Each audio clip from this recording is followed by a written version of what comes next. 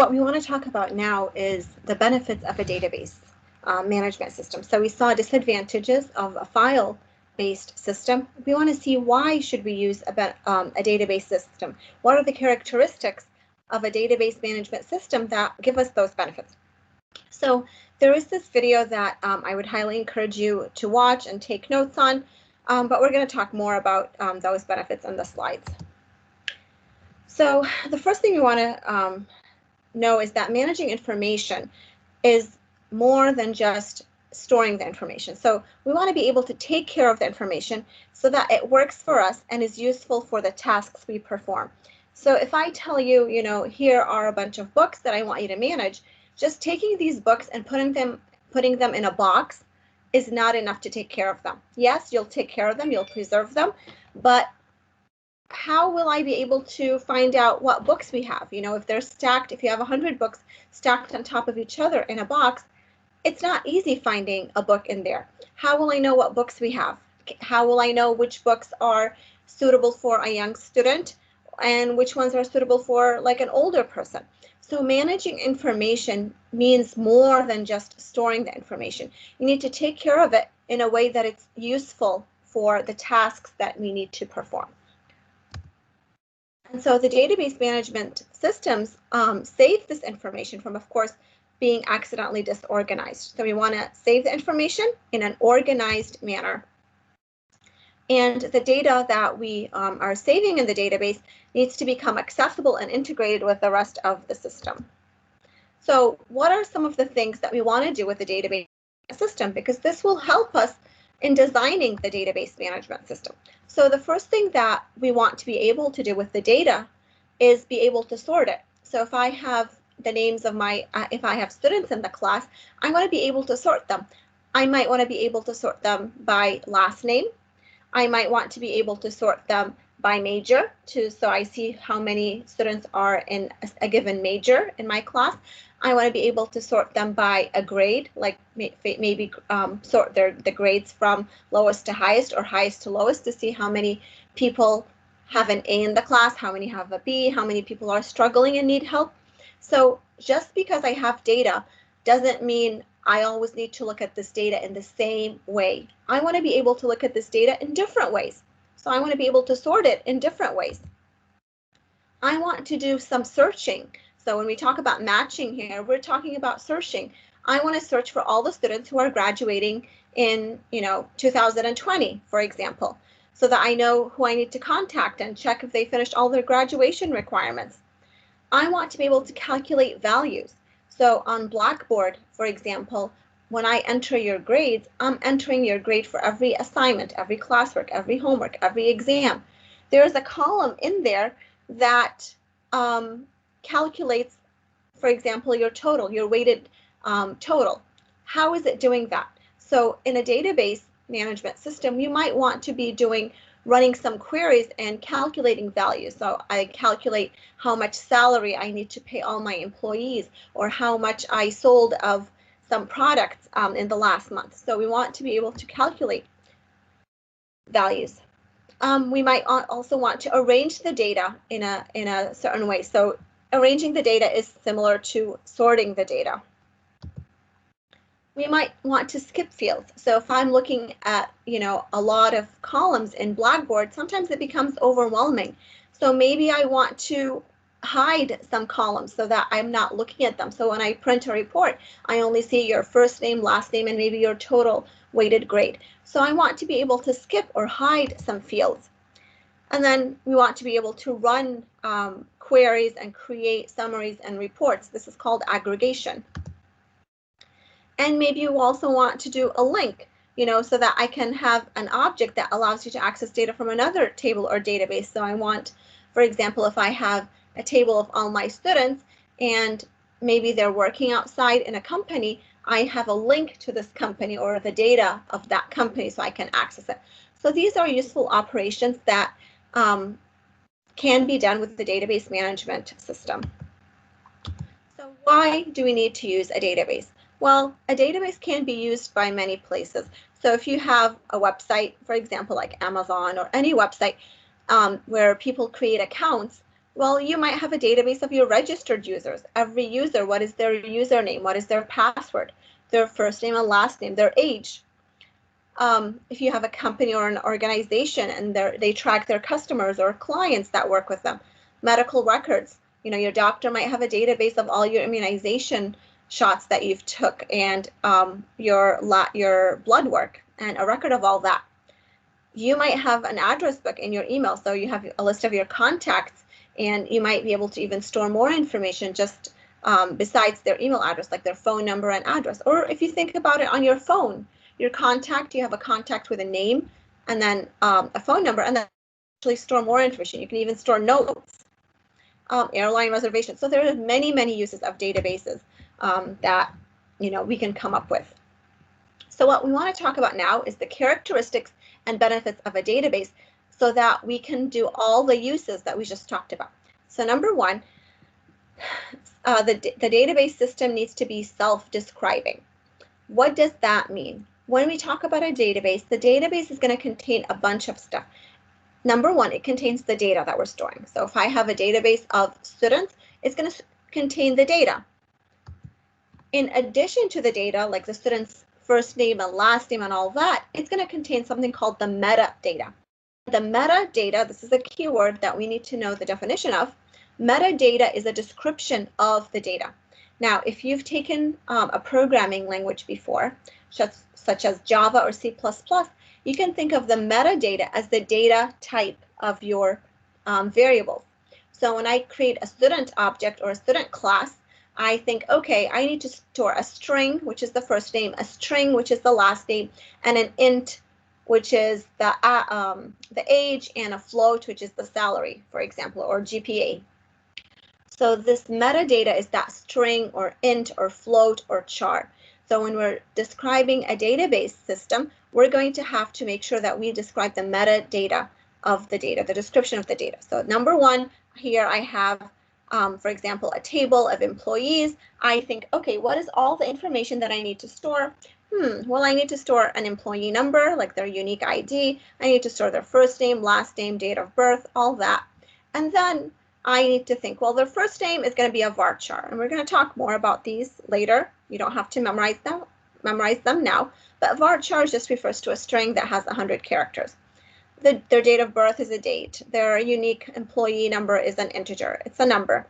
And so this is called the metadata. So in addition to containing the data that I'm actually storing, I'm also storing the metadata, a description of every data element, what is the data type for it. The other thing that the database needs to contain is a relationship between the tables and the database. So for example, if I have a table that's storing all my departments, so I have the computer science department, the engineering department, the English department, the math department, I have employees. And so in my computer science department, I might have like 3 or 4 professors. Now, every employee is part of a department, belongs to a department. The company might have many departments. An employee is part of, has some details. So there are relationships between those tables, and we're going to talk more about different types of relationships in future chapters. The second thing that we want to make sure a database management system has, or a database has, is insulation between the program and the data. What does that mean? So here I have a database management system. It is storing some information about an item, okay? Or let's just say an item or a client. Now, if you think about Amazon, for example, Amazon is displaying to you the items in a certain way. And this information is stored in the database in a certain way. Now, if Amazon decides to change the way they are displaying the information, we want to make sure that the way the database is storing the information does not get changed. So just because a user interface gets changed doesn't mean the underlying database data has to also be changed in the way that it's storing. For example, in Blackboard, right now, your last name and your first name are shown in different columns. Okay, that probably indicates that in the database, they are stored as two different data elements. Now, if Blackboard got changed so that they are storing your name as one field, that doesn't mean I need to go to the database and change how your information is stored. It still can be in two different data elements, in two columns in the database. So when you're designing your database, you need to think of these things. Don't just design it in a way that it will just fit the user interface that they're asking for right now. If later they change the user interface, you want your database not to have to change. And so this is called program data independence. This is something that we want to achieve with databases. The program that is going to be working with this database needs to be independent from the data that is stored. So if I change the way the program behaves, I do not have to change the way the data is stored. Another benefit of a database is that it supports multiple views of the data. What does that mean, supporting multiple views? Well, if you think of a database management system, we said we want to support concurrent users, many users accessing the data at the same time.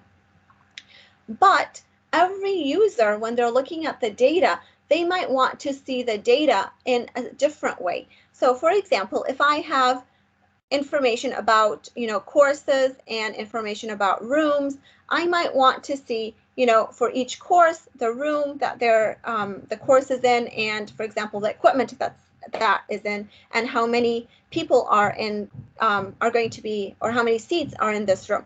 I might not be interested in who's teaching the course. So I don't want to see who the professor is. I'm just interested about the course and the equipment and room number and how many devices, computers there are in that room. I might not be interested in how many boards are in that room, or what's the flooring type for that room. Is it carpet or tiled? I'm not interested in that. So when you have data that is stored, remember, you might have data that is stored that contains a lot of information. But when you are working with the database, you want a user to be able to just select a subset of the data in the database. So this is called a view. So they are just seeing it's kind of like a big window, and you're just opening part of the window just to see a small view of the database, or the data that's stored in the database. So we want the database management system to support that. Instead of just throwing all the data at us, it gives us a view, a subset of the data, so that I can see only the information that I want to see. And the nice thing is that different users might want to request different views. So me as a faculty, I might be interested in only knowing the projector type that's in the room and whether I have a computer and the software that's installed on the computer. Someone else doing the maintenance might want to know more about the lighting and the walls and all that, and the plumbing. So different users will want to see different data. So we call this a view. They are seeing different views of the data. Also, with concurrent users or a multi-user system, we want to make sure that users who are accessing the data do not change it at the same time. So we said we want something called concurrency control. Concurrency means people who are using the system at the same time, concurrently. Okay, so concurrently means using the system at the same time. We want to maintain control, concurrency control. We want to make sure that when we are using different people are using, or different users are using the database, there is some control so that two people don't access the same data and change it at the same time. Just like when we talked about a file system, one person opens the file, the other person now opens it in read-only mode. So the database management system software has to have some concurrency control. It also has to have enforcement of integrity constraints. We want to make sure the data is valid and remains valid. And so we're going to talk more in the future about database constraints. So for example, can someone create an account for a student, or can a student be enrolled at MCC without providing a first name or a last name? Of course not. Maybe they'll leave the banner ID blank because they don't have a banner ID. But think about an application that you're applying to somewhere. There are things that are marked with an asterisk. Okay, these are mandatory. We can't leave them null, for example. So the database has to have a mechanism for enforcing database constraints. So these are the rules that we need to be applied to make sure that the data is valid. We don't end up with a student that has an address and no name, for example. And then the data type, we kind of talked about it when we talked about metadata, is making sure that if I'm asking for someone's name, they don't enter a bunch of numbers. If I ask them for their phone number, they're not entering, A, B, C, D. Okay, so the data types help make sure that every column in the tables that we're storing is storing the right data. And then data uniqueness. That might be another constraint. So for example, I need to make sure that no two students at MCC have the same bandwidth. These are all constraints that we can enforce with the database management systems. We also want to deny access to unauthorized users. So for me, like I said, I have access to your major, maybe your transcript, your grades, but I do not have access to your financial aid information. This is private information about you. I do not have access to your social security number. To teach you, I do not need to know your social security number. So we want to make sure that we restrict unauthorized access to people. And so the other thing is there is information about you also that I might be able to read, but I only have read-only access. So me, I can only read your GPA and read your major, but I, as a professor, can't go in and change your major. Only you can do it through the registrar office. So these are all restrictions that the database management system will help us put into place. Another characteristic and benefit of a database management system is transaction processing. So imagine that there are two people doing some transactions. The first one does all the steps that are needed and then they commit. Commit means they say, okay, I'm done. The other one does a few transactions and then decides to cancel. Rollback is cancel. So how should the system look? So here we have a user, for example, that's making a lot of changes. All the changes must be saved or none of the changes are saved. And this makes sure that the data remains consistent. So if I go in and I update your major and then I update your minor and then I commit, now both changes are made. You don't want to be in a state where I changed your major but I didn't change your minor, or I changed your major but I didn't change your advisor. So when we're making changes, when we're making several changes, we want to make all the changes together or none of the changes happen. So an example of this, for example, if you're doing something on the computer or you're making changes like paying some bills and the power goes off. Now, what has been done before the power went off, has it been completed or it hasn't been completed? So if it has been completed, that means every single thing you did was kind of like one different transaction. But if you turn on your computer and you find nothing has been done, that means the whole thing was one big transaction. So a transaction might contain different operations, and you want to make sure that either all operations happen or none happen. Another characteristic and benefit of a database is backup and recovery. So you want to be able to back up information at specific times. So maybe we have a backup process that runs at MCC every midnight to back up our database in case anything happens to the machine the database is on, we don't lose all the information. And then we also have a recovery mechanism. If our computer with our database crashes, and the hard drive just goes bad, we don't lose our data. So we want to be able to back up and recover. And so the database management systems are built in a way that they give us this capability of backup and recovery.